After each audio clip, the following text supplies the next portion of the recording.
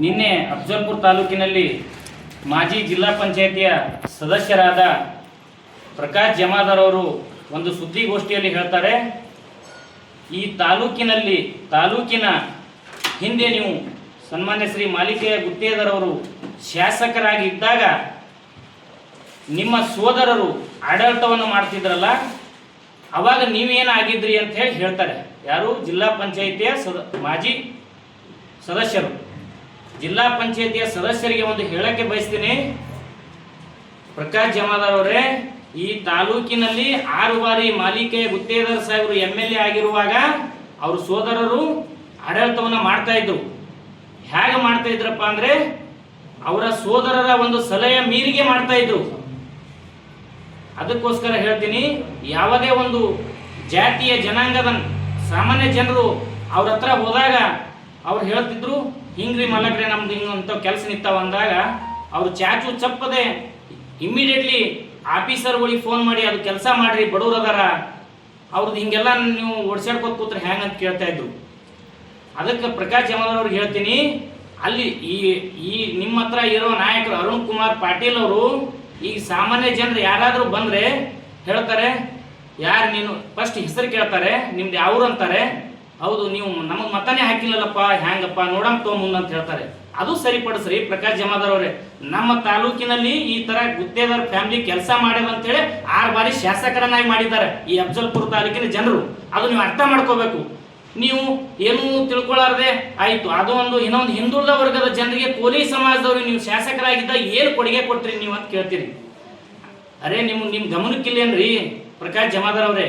ಈ ತಾಲೂಕಾ ಪಂಚಾಯಿತಿ ಅಧ್ಯಕ್ಷರನ್ನ ಮಾಡಿದವರು ಕೋಲಿ ಸಮಾಜದ ಫಸ್ಟ್ ರುಕ್ಮಿಣಿ ಜಮಾದಾರ್ ಅವರಿಗೆ ತಾಲೂಕಾ ಪಂಚಾಯಿತಿ ಅಧ್ಯಕ್ಷರನ್ನು ಮಾಡಿದ್ದಾರೆ. ಅದೇ ರೀತಿಯಾಗಿ ಈ ತಾಲೂಕಿನಲ್ಲಿ APMC ಅಧ್ಯಕ್ಷರನ್ನಾಗಿ ರಾಮಣ್ಣ ನಾಯ್ಕೋಡಿ ಕೋಳಿ ಸಮಾಜದವರಿಗೆ ಮಾಡಿದ್ದಾರೆ. ಹಿಂದುಳಿದ ವರ್ಗದ ಸದಸ್ಯರನ್ನಾಗಿ ಮಾಂತೇಶ್ ಪಾಟೀಲ್ ರವರನ್ನ ಮಾಲಿಕೆಯ ಗುತ್ತೇದಾರ್ ಅವರೇ ಮಾಡಿದ್ದಾರೆ. ಇನ್ನು ಒಂದು ಕಾಂಟ್ರಾಕ್ಟರ್ ಯಾರಿಗೆ ಬೆಳೆಸಿರಿ ನೀವು ಕೋಳಿ ಸಮಾಜದ ಹಿಂದುಳಿದವರಿಗೆ ಅಂತ ಕೇಳ್ತೀರಿ.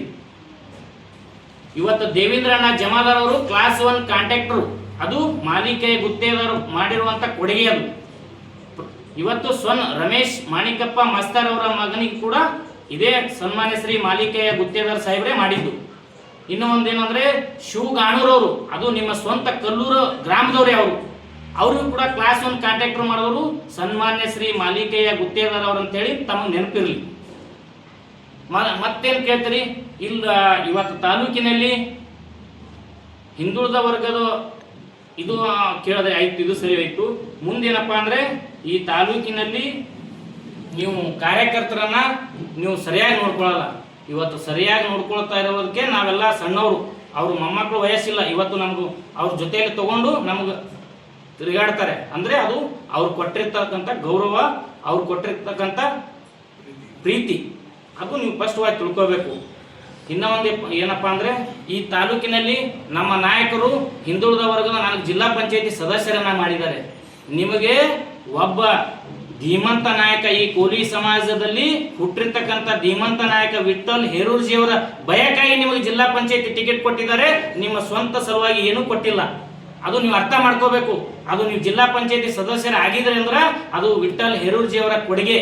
ಅದು ಯಾಕಂದ್ರೆ ರಾತ್ರಿ ಹೋಗಿ ಪ್ರಚಾರ ಮಾಡಿ ನಿಮ್ಗೆ ಜಿಲ್ಲಾ ಪಂಚಾಯತಿ ಗೆಲ್ಲಿಸ್ಕೊಂಡ್ ಬಂದ್ರೆ ಅದು ವಿಠ್ಠಲ್ ಹೇರೂರ್ಜಿ ಅವರು. ಅದು ಯಾರು ಮಾಡ್ಯಾರ ಅವ್ರ ಹೆಸರು ಹೇಳ್ರಿ. ನೀವು ವಿನಾಕಾರಣಕ್ಕೆ ಅವ್ರು ಮಾಡ್ರಿ ಇವ್ರು ಮಾಡ್ರಿ ಅಂತ ಹೇಳೋದು ಸರಿಯಲ್ಲ. ಇನ್ನೊಂದು ಇಂಥ ನಮ್ಮ ಒಂದು ಹಿಂದುಳಿದ ವರ್ಗದ ಮಹಾನ್ ನಾಯಕನಿಗೆ ನೀವೆಲ್ಲ ಹಿಂಗೆ ಮಾತಾಡೋದು ಸರಿ ಇಲ್ಲ. ಇದಕ್ಕೆ ನಾವು ಮುಂದೆ ಕಡಿವಾಣ ಹಾಕ್ತೀವಿ. ಇದೇ ತರ ನೀವೇನಾದ್ರೂ ಮಾತಾಡಿದ್ರೆ ಅಂದ್ರೆ ನಾವು ತಕ್ಕ ಉತ್ತರವನ್ನು ಕೊಡ್ಲಿಕ್ಕೆ ಸಿದ್ಧ ಆಗಿದ್ದೀವಿ. ಮಾಲಿಕೆಯ ಗುತ್ತೇದಾರ್ಜಿ ಅವರ ಅಭಿಮಾನಿ ಬಳಗ ಎಲ್ಲದಕ್ಕೂ ಇನ್ನು ತಯಾರಾಗಿ ನಿಂತದ.